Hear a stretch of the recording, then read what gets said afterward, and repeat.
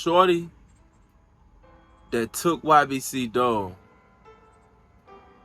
did the hit and left all the evidence. He left so much evidence that it's not possible for him to get away with the shit.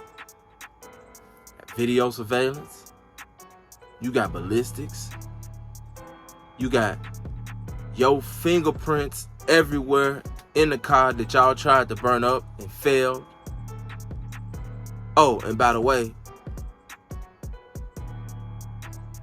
we got the murder weapon at his crib. The 25-year-old rapper Abdul Vix, also known as YBC Dul, was killed. District Attorney Larry Krasner announcing those charges today. He also says the teen suspect is connected to several other shootings. Jeff, what can you tell us? Well, I can tell you that the country and this region appears to have a problem with young victims and young people shooting guns. Listen, prosecutors with the district attorney's office tonight are urging parents in the city of Philadelphia to search the rooms of their children to find guns there and call the police to have them taken away. This, as you folks have reported, as he charges a 16-year-old with double murder. In a light rain near a basketball court in Olney, DA Larry Krasner reports he's charged a 16-year-old with the killing of 2 and the wounding of others as part of a shooting group known as Fast Break. A small group of young people in the city of Philadelphia made a decision to hold a gun, to point a gun at another human being and pull the trigger. The alleged teenage shooter is Aiden Waters. The DA says he's the killer of 25-year-old rapper Abdul Vix in a shooting on the 5500 block of North Fair Hill Street in late August. Investigators report they've linked Waters to a wave of shootings in Philadelphia last month, along with the murder counts. He faces attempted murder, aggravated assault, and gun charges. It's called clout chasing, is what we call it. It's what everyone calls it, I guess. You're looking for notoriety. You're looking to make a name for yourself. Prosecutors say the guns used in the killings were illegal and one had a switch installed, allowing for multiple shots with one squeeze of the trigger. Prosecutors are urging parents to search their children's rooms for guns. Recover the firearms that are in the homes, in the basements, under the rafters. Call the police. Tell them you found a gun in your house. At 16, Waters is likely to spend much of his life in prison if convicted, while a city council member calls for early intervention for teens like him. Listen, y'all, for the dummies in the back, those of y'all that don't know, there is no statute of limitations on murder. When you catch a body, they got a lifetime to convict you. They got a lifetime to catch you. You got to get away for the rest of your life. So, one, before you do this is something that you seriously want to think about outside of you taking somebody's loved one. You know? You want to think about, is this worth the rest of your life? Because most places, they give you 25 to life for a body. That's the first thing you want to think about. Second thing that you want to think about is, can I do this and get away with it? Right? What are the precautionary measures that I need to take to ensure that I won't go to prison? There's really nothing I could do to ensure that I won't go to prison, especially in 2024, because you got so much technology out here. And if they really want to find out who did something, believe me, they can find out. You just have certain situations and certain cases that they really don't give a fuck about. And YBC Dul really would have been one of them. He was so-called a leader of a street gang, you know? So, believe me, they don't want people like that alive and well and out here doing whatever or influencing nothing anyway. That's the part right there that the youngsters are not thinking about. They just picking the guns up, they spinning. Everything else after the fact is you know, they thinking about that after the fact. They not thinking about how to plan this shit. They not thinking about getting caught.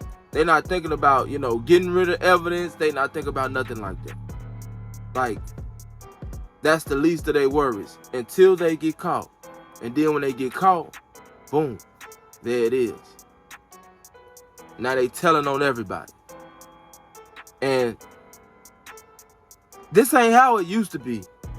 Back in the day, you 14, 15, or 16, you catch a murder charge and you get juvenile life and you end up doing like 6 or 7 years, maybe 3 or 4 or something like that, and getting out.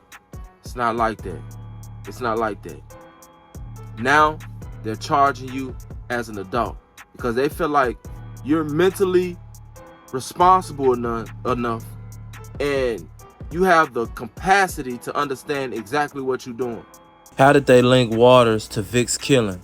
Surveillance footage, fingerprints, ballistic evidence, and jail calls proved crucial in identifying suspects, according to the affidavit of probable cause for Waters' arrest.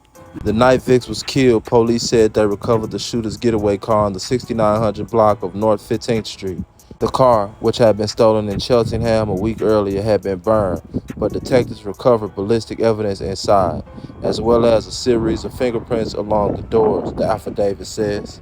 A house on the 1700 block of 68th Street, where Waters lives, according to affidavit. Video shows a young man police believe to be Waters get out of the car and attempt to cover his face before going inside the home. Investigators are still working to identify the 2 other people they believe were involved in Vic's killing. A video calls between Waters and friends who were in jail during the calls on 20th. Waters discussed a series of crimes using code words like scrimmage to describe the shooting and slam dunk to reference a homicide as if it were a basketball game, according to the affidavit. There were 2 different scrimmages in one day, Waters told his friend. A police searched Waters' home on August 31st and recovered 2 guns, according to the affidavit. On Waters' bed, police found a 10mm handgun with a red switch, an attachment that turns a gun into an automatic weapon, as well as a laser pointer, extended magazine, and various other accessories, according to the records. In Waters' basement, police recovered a 9mm Glock that had been reported stolen, Pope said.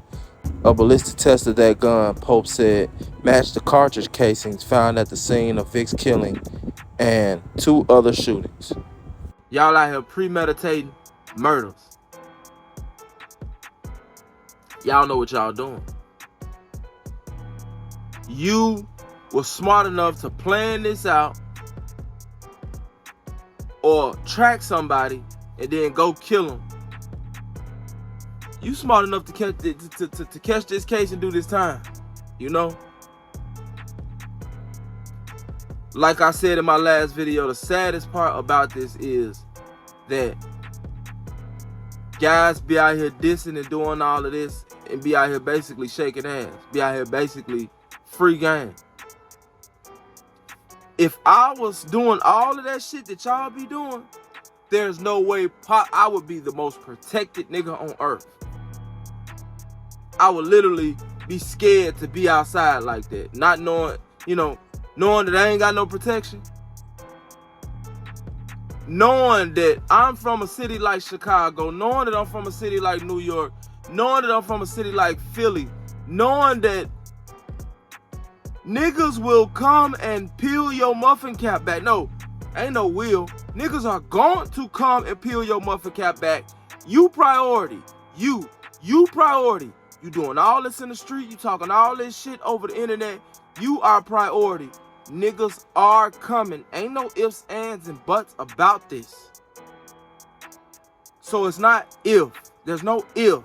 It's when and it's how. Now this could have easily been prevented if Dul would have had a bulletproof car. If he would have been in a bulletproof car. But you know what? Dul ain't had no bulletproof car money. A wise man once told me that it costs money to go to war. Stop embarking in these wars and y'all ain't got no goddamn money. Because eventually, motherfucker gonna catch up to you. Real talk. It's your boy SNTV. I'm out.